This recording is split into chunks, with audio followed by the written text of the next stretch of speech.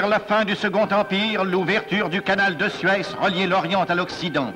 Désormais, la mer Rouge allait devenir la plus fréquentée des voies de communication mondiale et ses points d'escale allaient conquérir une importance considérable grâce au génie du français de Lesseps.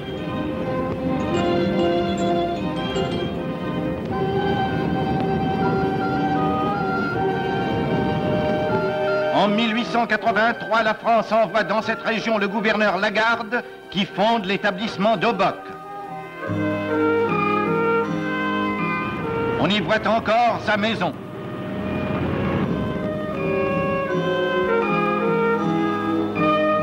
D'accord avec les chefs indigènes de Tadjoura, Lagarde acquiert les territoires environnants qui deviennent la Somalie française, dont la superficie égale 4 départements français.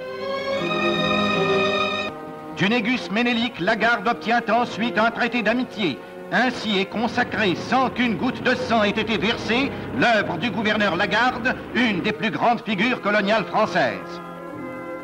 Le pays était désertique, quelques paillotes abritaient les populations côtières. Les pasteurs nomades erraient jusqu'au pied des contreforts volcaniques à la suite de leurs troupeaux. Le fanatisme de ces peuplades volontiers belliqueuses se retrouve aujourd'hui encore dans leurs fêtes et leurs danses guerrières.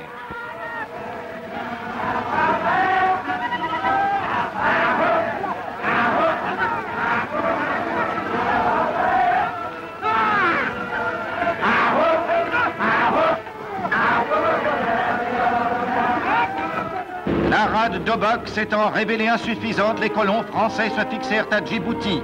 Ils y créèrent de toutes pièces une ville et un port. L'héroïsme des pionniers a porté ses fruits. Aujourd'hui, des immeubles modernes se dressent, de larges avenues s'étendent, l'énergie électrique a été créée, fait unique sur les bords de la mer Rouge, une eau abondante est distribuée partout.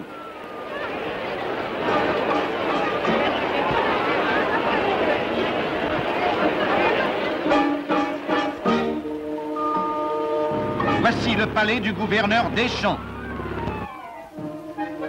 Djibouti, grande cité moderne, connaît les bienfaits de la civilisation française. Elle possède plusieurs écoles où sont instruits les enfants indigènes.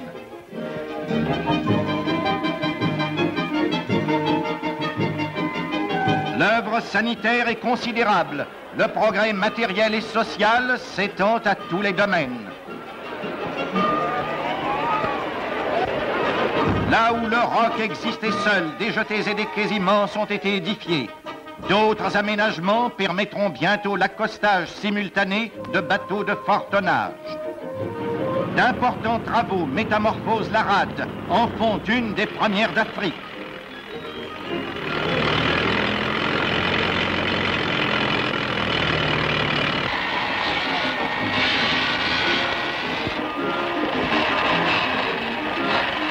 On voit ici à quai l'Aramis, une des plus grosses unités de la flotte marchande française. Désormais, l'outillage perfectionné du port réduit au minimum les manœuvres d'escale. Récemment ont été inaugurés les pipelines et les 4 citernes de mazout qui permettent le ravitaillement sur place des navires.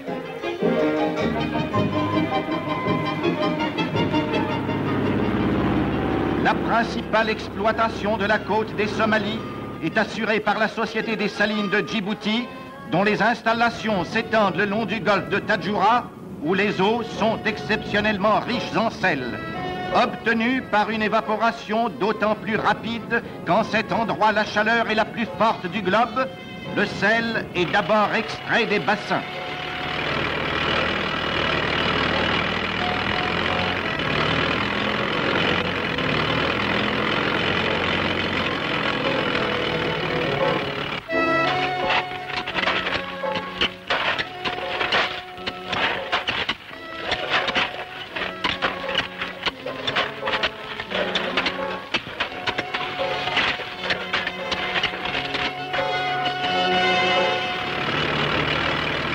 Le sel est ensuite entassé et stocké dans des silos, puis pesé et acheminé par wagonnets jusqu'au lieu d'embarquement.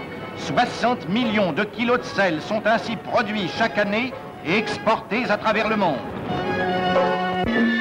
Relais naturel entre l'Orient et l'Occident, Djibouti commande les routes maritimes vers les grandes colonies françaises. Plaque tournante pour le transportement des marchandises qui vont de l'Indochine vers Madagascar et l'Afrique centrale, Djibouti est le 3e port colonial de l'Empire français. C'est également le débouché du chemin de fer franco-éthiopien, création française réalisée malgré des difficultés sans nombre. C'est une des réussites les plus remarquables de la technique, puisque pour atteindre Addis Abeba, il escalade des rampes dont le total dépasse largement la hauteur du Mont Blanc. Après la conquête de l'Éthiopie, la ligne a été renforcée pour répondre aux besoins des armées d'occupation italiennes. Des voies de garage, des ateliers, des magasins ont été construits. Du matériel roulant, wagons-salons, wagons-lits, wagons-restaurants ont été spécialement achetés, ainsi qu'une 50aine de locomotives qui devaient permettre une liaison accélérée entre Djibouti et Addis Abeba et assurer un trafic de 1000 tonnes par jour.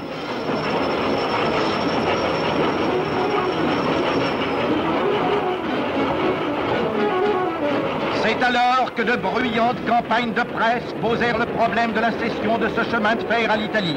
Le gouvernement français ayant opposé une fin de non-recevoir à des revendications injustifiées, puisque la voie ferrée restait sans réserve à la disposition des Italiens, ceux-ci préférèrent utiliser la route. Ainsi, le transport de la tonne kilométrique leur revient à 3,15 francs. Sur le chemin de fer français, ce transport ne coûte que 50 centimes. Irréductible devant les tentatives d'intimidation, la France a compris qu'il fallait désormais faire sentir ici le poids de sa force. Grâce à l'initiative de M. Georges Mandel, ministre des colonies, toutes les dispositions ont été prises. Dans les postes qui jalonnent la frontière, les troupes coloniales montent la garde. À Dikil, le fort porte le nom de l'administrateur Bernard, frappé en 1935 avec 18 tirailleurs indigènes en défendant le territoire confié à sa charge. En pleine brousse se dressent les campements des méharistes, prêts à répondre à la moindre alerte.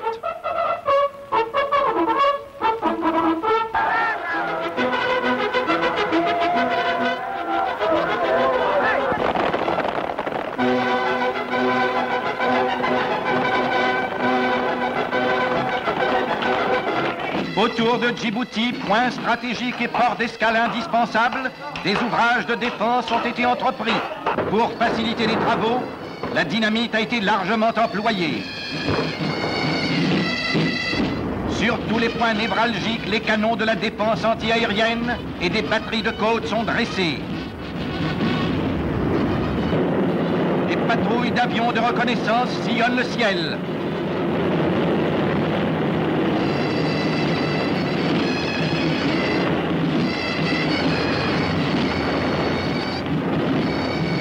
D'importantes unités navales assurent en permanence la protection du port.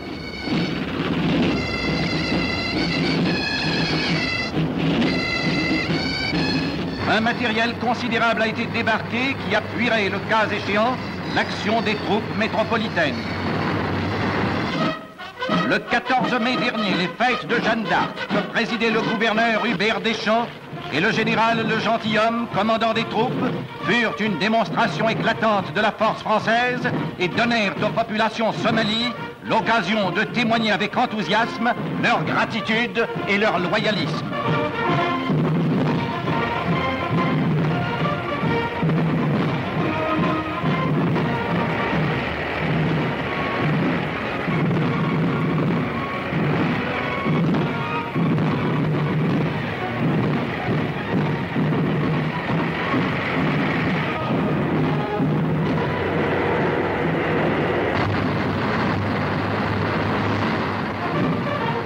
Tel est l'effort déployé par la France pour faire sortir Djibouti du désert, pour le développer, pour le maintenir. À la croisée des routes impériales françaises, Djibouti est et restera française.